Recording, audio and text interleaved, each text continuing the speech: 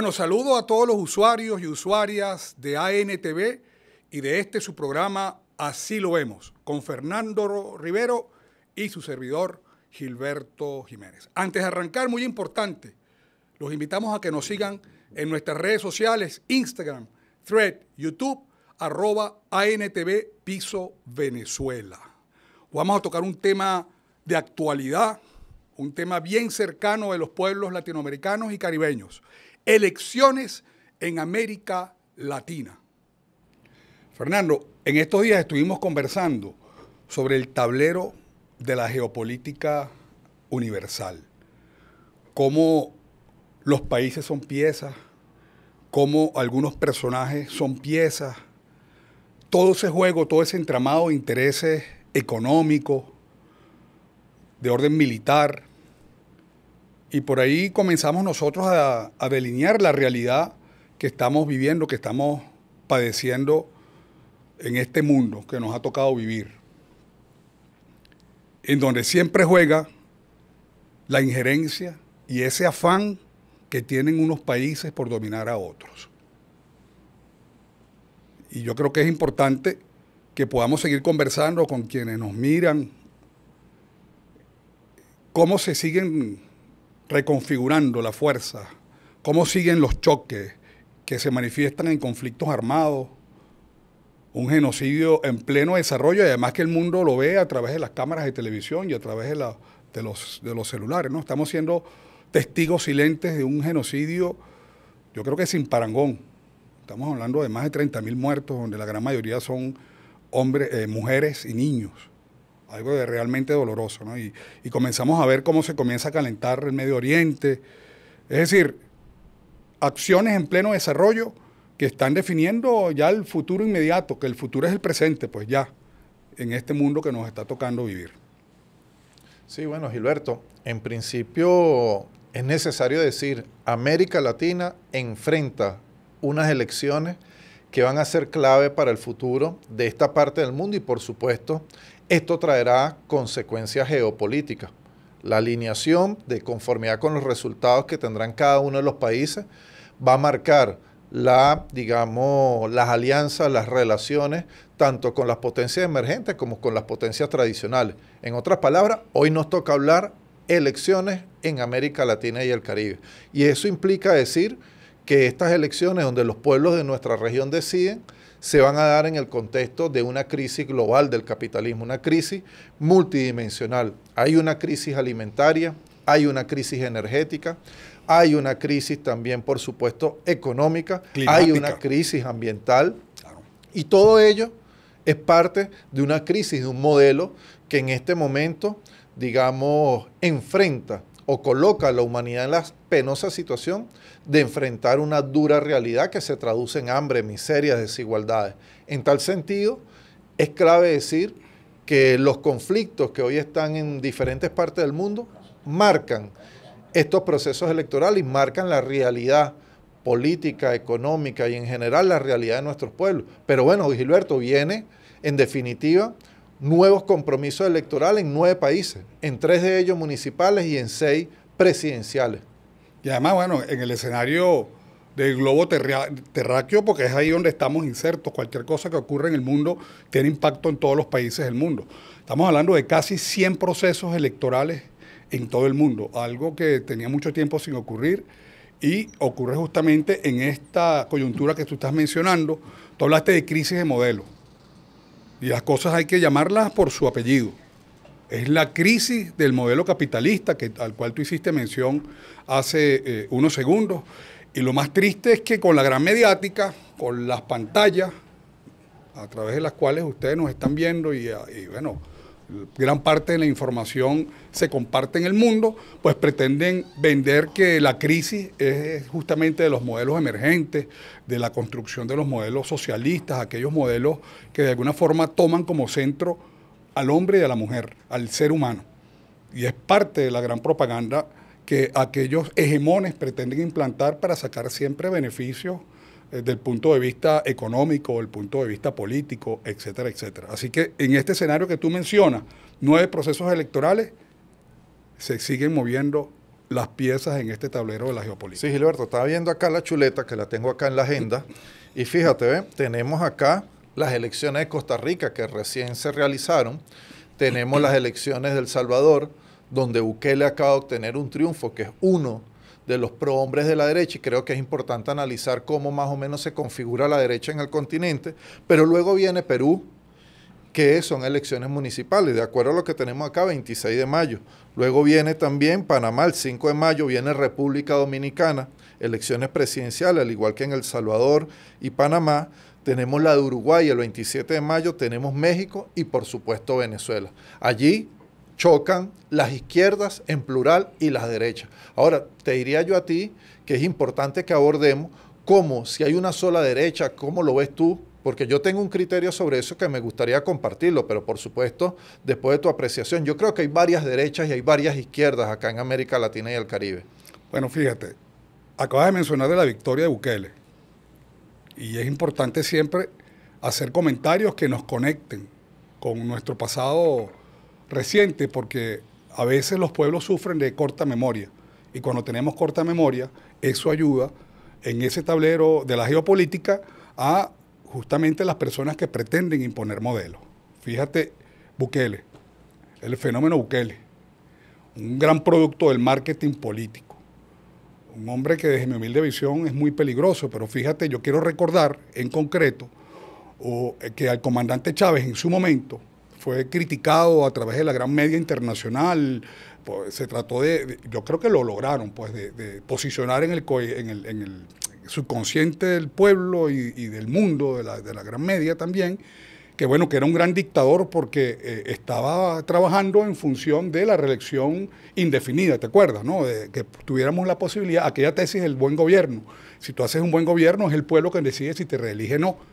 Ahora resulta que nadie habla de todas las jugarretas de orden legal que hizo Bukele para ser reelecto cuando su constitución Impedía la reelección inmediata. no puede ser reelecto y sin embargo, bueno, acaba de ser reelecto por voluntad del pueblo salvadoreño. Vaya mi solidaridad con el pueblo salvadoreño, que Dios los agarre confesados. Pero bueno, siempre a fin de cuentas es la voluntad del pueblo la que debe imponerse en el juego democrático. Entonces, definitivamente, cuando tú hablas de las derechas y las izquierdas, yo creo que es mucho más peligroso aquellos que no sabemos definir si son de derecha o son de izquierda. Sí, ahora yo diría una cosa, Gilberto, ¿no? Yo creo que hay varias derechas y hay varias izquierdas. Por ejemplo, hay un sector de las izquierdas que participa del foro de Sao Paulo. Hay otro sector donde también algunos participan también en el foro, pero que es el Grupo de Puebla. Esto en cuanto a las organizaciones se refiere. Hay algunas izquierdas, fuerzas transformadoras, que tienen una concepción antisistémica, antiimperialista, que se trazan la construcción de una sociedad socialista, y hay otras izquierdas que, bueno, que creen que pueden mejorar la situación de sus respectivos pueblos a partir de reformas, de pequeñas medidas progresistas. Son, digamos, concepciones que están en las disputas. Y en la derecha está la izquierda tradicional, que bueno, la podemos ver representada por los partidos que en el siglo XX marcaron sus diferentes países, y la otra izquierda donde está Bolsonaro, donde está Bukele, donde está, por ejemplo, Milei, que son a su vez heterogéneas. Pero yo creo que todas las derechas, independientemente de sus matices, cabalgan sobre un elemento que me gustaría agregar. Yo no diría que Milei o Bukele ganan solamente por el marketing político. Yo a eso le agregaría, sin desconocer la importancia, desde luego, de esa afirmación, que la comparto, es que también representan un clamor de cambio.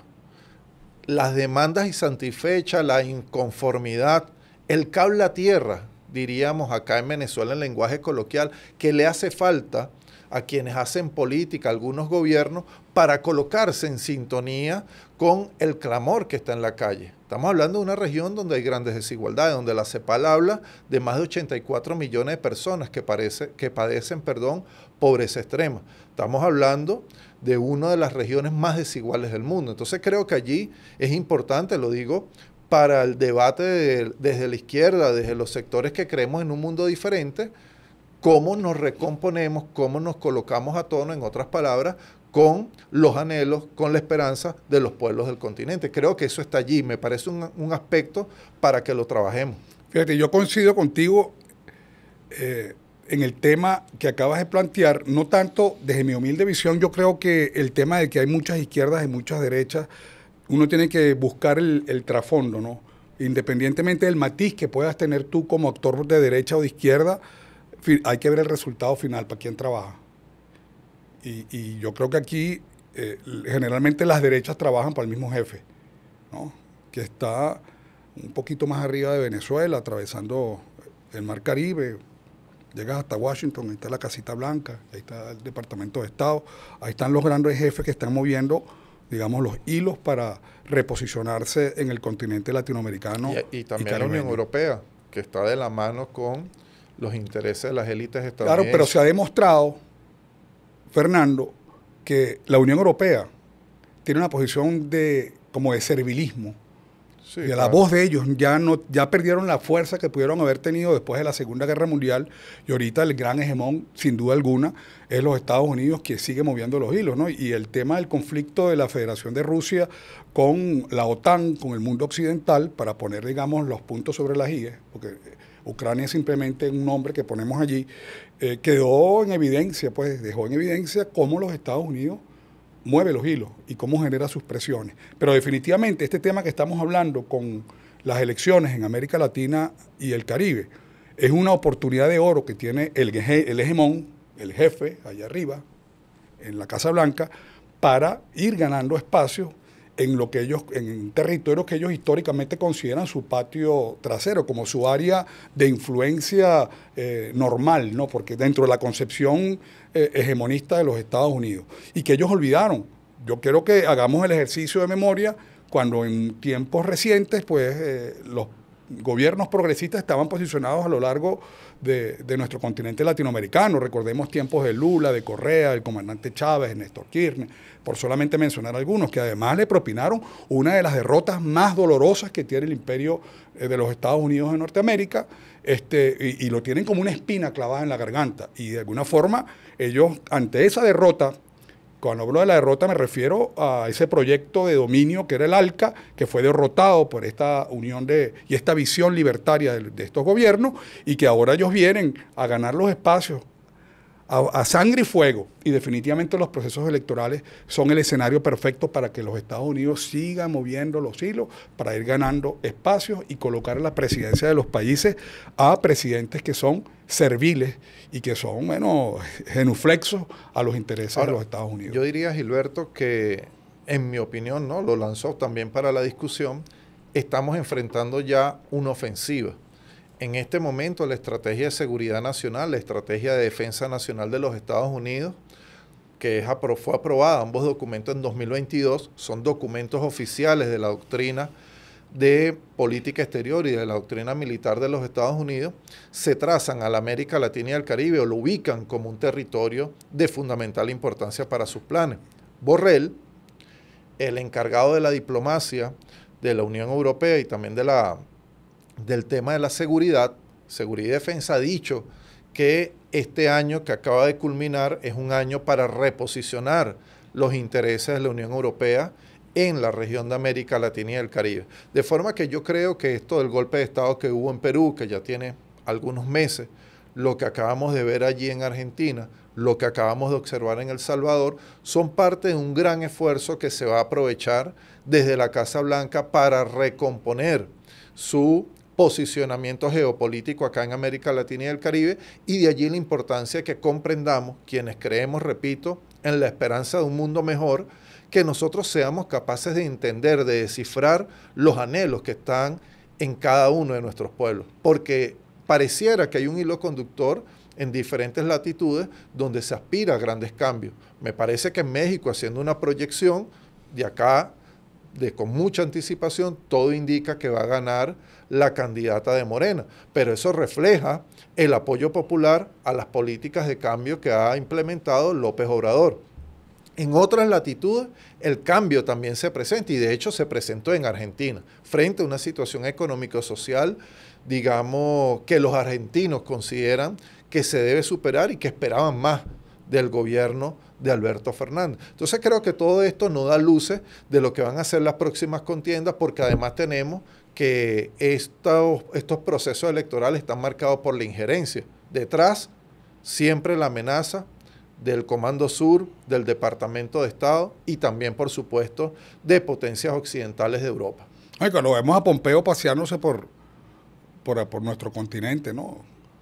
Un hombre que es conocido, primero un enemigo cantado de la revolución bolivariana, y yo diría que más allá del tema político-ideológico, cuando hablo de revolución me refiero del pueblo venezolano, uno de los grandes propulsores de todas las medidas coercitivas, de las sanciones, del bloqueo contra el pueblo venezolano. Bueno, anda paseando y haciendo acuerdos con los diferentes países de nuestro continente en ese reposicionamiento que tú mencionas. Hay una máxima en política que dice que el ejercicio del poder per se genera un desgaste. Y esto nosotros como revolución bolivariana, el mismo término lo dice, revolución, vamos como avanzando, vamos en cambio constante. No podemos dejarnos robar nosotros el término cambio. El cambio es nuestro, nos pertenece a los que tenemos la visión de la revolución. Estamos obligados a vernos en ese espejo de lo ocurrido, por ejemplo, recientemente en Argentina, de estos pseudolíderes, o no sé, llamarlos líderes, que son creados y que, bueno, ahí hay una cantidad de inversión muy importante de parte de los Estados Unidos para mantenerlos en el poder y para tener personas que ahí están, bueno, ya está Milei haciendo su trabajo con el sionismo, desnacionalizando el país, digamos, haciéndole la tarea al Departamento de Estado norteamericano, el golpe de Estado que tú mencionabas, ahí una dictadora que una de las primeras medidas que hizo en Perú fue que fuera el ejército de los Estados Unidos, lo que está pasando con Noboa en Ecuador, que de una vez que Correa lo sacó, pues ahora regresan de nuevo los gringos para prestar apoyo en principio a la seguridad, ¿no? Y ese juego geopolítico. Ahora fíjate la importancia de Venezuela, y esto es bueno tenerlo, pero bien claro en el mapa, continente latinoamericano. Venezuela al norte de Sudamérica. En la entrada prácticamente, es el primer país que nos conseguimos cuando entras en el continente latinoamericano. Ya no hablo caribeño, hablo latinoamericano. Colombia y Brasil, una barrera protectora del continente latinoamericano y algo que definitivamente estorba a las políticas de injerencia del Departamento de Estado. Pero es para que entendamos en ese escenario, en ese tablero, la importancia del proceso revolucionario que estamos viviendo en Venezuela. Bueno, Petro tiene que hacer magia ahora porque yo creo que es evidente que hay un golpe de Estado en pleno desarrollo, impulsado, adivinen por quién, por los estados, el Departamento de Estado, y ya lo leeremos nosotros en documentos desclasificados, y es parte del rol que tenemos que jugar, frenar esa visión de la doctrina Monroe que pretenden implantar de nuevo en nuestro continente. Sí, fíjate, allí la mirada del comandante Chávez y la diplomacia que hoy dirige el presidente Maduro, la diplomacia venezolana, siempre pensamos a partir de ese planteamiento en que Venezuela era la puerta norte de Mercosur y por supuesto la necesidad de construir un andamiaje que pasaba por la CELAC, por el ALBA, pasaba por UNASUR, de unidad, de integración de América Latina y el Caribe. Y hoy día, a propósito de lo que tú planteabas, de los anhelos de cambio, el presidente Maduro, con las 7 transformaciones para el 2030, ha planteado una esperanza, ha planteado un conjunto de cambios y un horizonte temporal. En otras palabras, lo que Maduro está planteando en este momento es el reconocimiento expreso de un anhelo de cambio que también está en la sociedad venezolana, la necesidad de repotenciar las transformaciones recogidas en el Plan de la Patria y darle mayor vitalidad al modelo político. Y de hecho, una de las líneas trabaja precisamente el tema de la democracia participativa. Y mientras estamos discutiendo hoy acá, bueno, hay una discusión en el país a propósito precisamente de estas transformaciones. Yo creo que ese es el camino correcto. La nueva etapa que está viviendo la humanidad reclama una nueva manera de hacer política, nos invita a replantear el ejercicio de gobierno y por supuesto nos invita a ponernos a tono con los anhelos, con las nuevas tecnologías, con las demandas, con en definitiva una esperanza que tiene que ser reivindicada y que exclusivamente puede ser reivindicada por quienes creemos en la superación del capitalismo. No hay otra. Y por eso yo creo que fue acertado plantear en este momento, en el marco no solamente del proceso electoral venidero en Venezuela, sino de la situación continental, las 7 transformaciones, que por cierto, la última tiene que ver con la política internacional. Sí, que Venezuela vuelva de nuevo a reinsertarse en el espacio y en el lugar que venía desarrollando desde que llegó el comandante Chávez al poder, que era fundamental, y en donde el presidente Nicolás Maduro jugó un rol fundamental como el canciller de nuestro comandante Chávez. Ahora, ¿tú crees que los gringos se queden quietos? Yo creo que no lo van a hacer, hermano, porque es que están recibiendo palo por todos lados. No solamente les está costando hacer el trabajo por la gran amenaza, sin duda alguna, estoy convencido. Venezuela es una amenaza inusual y extraordinaria para el imperialismo norteamericano. Que no quepa duda de eso y siéntanse orgullosos de constituirlo. Una pregunta, Gilberto, porque yo quiero, digamos que abordemos ese tema y yo quiero tener una opinión, pero vamos para que tú lances la tuya primero. Escenario, si gana Trump, ¿qué pasa en el continente en el marco de estos procesos electorales? ¿Cuál es tu opinión? Yo creo que van a venir, si gana Trump, van a venir tiempos difíciles para Venezuela. Yo creo que Trump va a tener la mirada fija desde mi humilde visión hacia China y Rusia, recomponer las relaciones con China y con Rusia, que ahí tiene un frente muy poderoso abierto, que además les está generando una situación bastante complicada, ¿no? Todo ese proceso de desdolarización que ha impulsado China y Rusia, por ejemplo, que eso va a pasar una factura terrible, en este caso, a los Estados Unidos. Hacia Venezuela yo no creo que cambie mucho la agenda. Yo creo que Donald Trump ha sido muy franco en cuanto a la forma como visibiliza a Venezuela. Acuérdate que del continente latinoamericano hacia abajo no hay países, sino hay recursos naturales necesarios y vitales para el mantenimiento de los Estados Unidos. Yo quiero recordar el tema energético antes de darte la palabra para escuchar lo que nos vas a comentar. Los Estados Unidos necesitan aproximadamente 22 millones de barriles de petróleo diarios para mantenerse y solamente produce 18 millones. Necesita 4 millones. Adivinen de dónde o cuál puede ser un proveedor seguro para esos 4 millones, o por lo menos la mitad, o por lo menos 3 millones de esos barriles. Venezuela, que lo tiene a escasos, digamos, a una corta distancia. Entonces es muy importante mencionar esto porque eso marca el escenario en el cual Venezuela está jugando este papel, ¿no? De no dejarse, de quitarnos la rodilla que nos pusieron en el cuello para poder agarrar, digamos, nuevos aires y prepararnos a enfrentar el reto económico en este año que viene. Así que, ojo, yo no creo que a Trump le permitan, por todo ese rollo jurídico en el cual está metido, que se lancen las próximas. Ese va a ser el próximo inhabilitado, ya tú vas a ver. Fíjate. Los gringos van a inhabilitar a Donald Trump. Yo creo que el juego ahorita político interno van a hacer que inhabiliten al hombre. Quedan 2 candidatos republicanos para optar por, mejor dicho, 2 precandidatos para optar a la candidatura.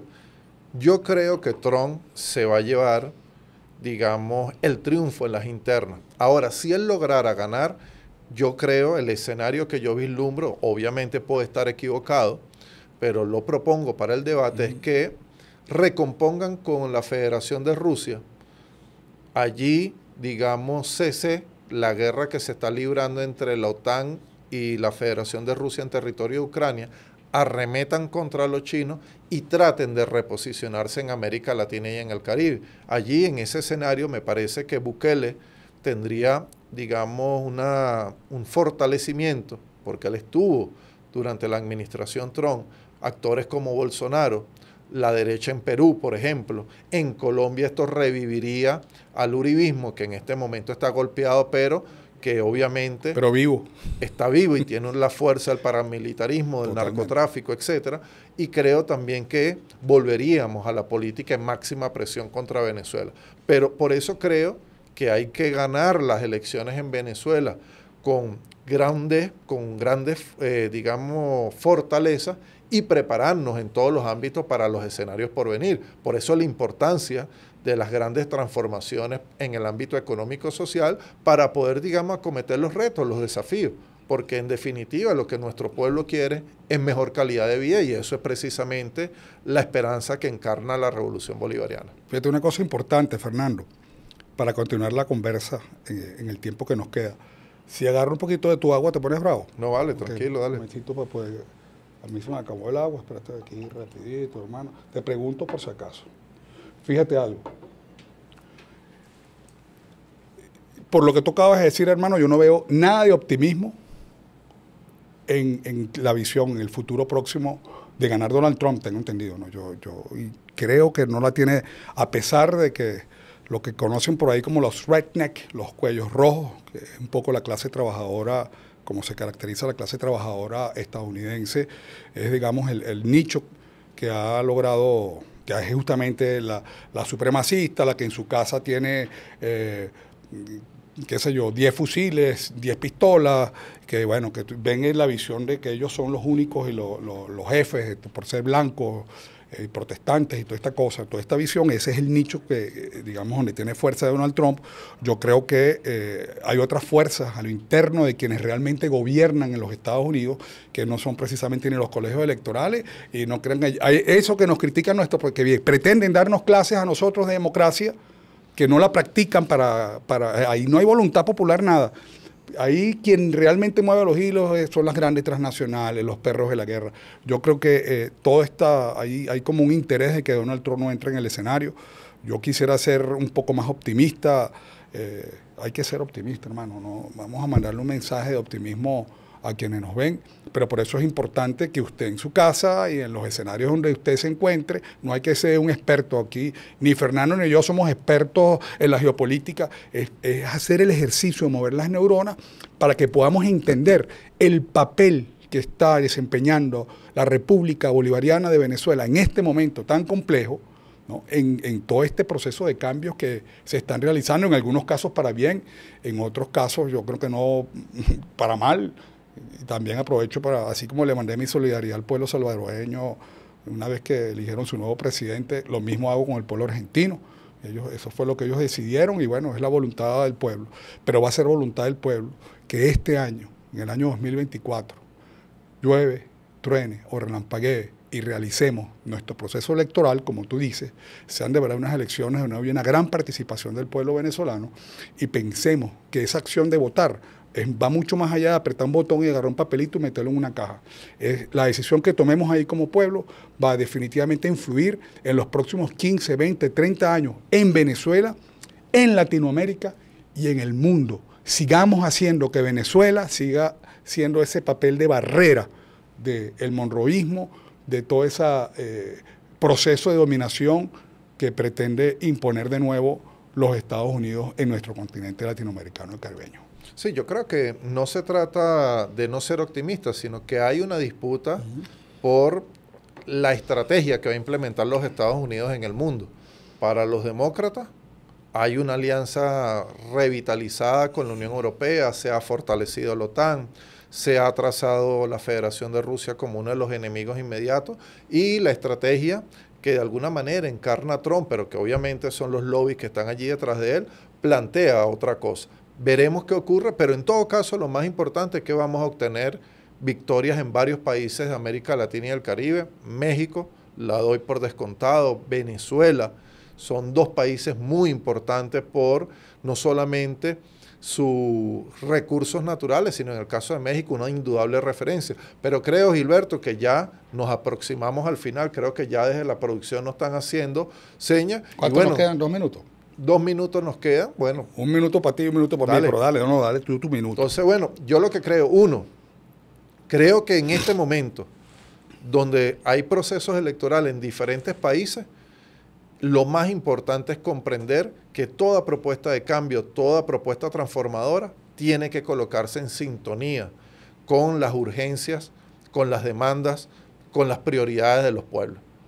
Segundo, yo creo que acá no hay manera de que podamos pensar desde la América Latina y el Caribe que quienes refrendan el neoliberalismo, quienes se colocan cualquier ropaje, pero que en definitiva tienen las ideas más reaccionarias, las ideas más conservadoras, pueden resolver los problemas de la región. Y tercero, yo sí creo que América Latina y el Caribe, en los diferentes procesos electorales, como ha ocurrido en Guatemala recientemente, en Colombia, Bolivia, que se recuperó la democracia, y como va a ocurrir en Venezuela, vamos a tener, digamos, resultados electorales que van a crear las condiciones políticas para seguir cambiando, para seguir transformando la región. Yo creo que el futuro es esperanzador. Desde mi humilde visión, y quiero hablarles con el corazón a quienes nos ven a través de esta pantalla, es que, sobre todo el pueblo venezolano, que tenga conciencia del rol al cual está llamada nuestra patria. En un momento nos tocó enfrentar el imperio más poderoso de la humanidad en aquel momento, la corona española, la derrotamos, trajimos ideas libertarias, libertamos prácticamente gran parte del continente latinoamericano y caribeño, y Venezuela sigue estando llamada a grandes cosas. Somos un país llamado a grandes cosas en nuestro continente latinoamericano. Más allá de las posiciones político-ideológicas, partidistas que puedan existir, hay una amenaza latente contra la patria, y el llamado es al pueblo venezolano a que cerremos filas por defender la patria y por defender el futuro, por lo que representa Venezuela en el contexto latinoamericano y caribeño. Estamos obligados a defender esa visión de Simón Bolívar para que sirva también de muro de contención contra la doctrina Monroe que pretenden reeditar en nuestro continente latino. Y eso no es automático, requiere el esfuerzo de usted que me está viendo, de hombres y mujeres, de la juventud, de los trabajadores, de todos los hombres y mujeres de bien. Bueno, así es. Bueno, tenemos que finalizar. Me encantó y haber nos conversado contigo. queda el compromiso de seguir planteando los grandes cambios y que Venezuela siga siendo lo que es, un farol para América Latina y el Caribe. Lo decimos con modestia, pero es la realidad y tú lo has comentado. Bueno, así lo estuvimos conversando, Cerradito, Fernando y Gilberto. Yo no sé cómo lo ven ustedes, pero así lo vemos. Así lo vemos. En ANTV. Así es.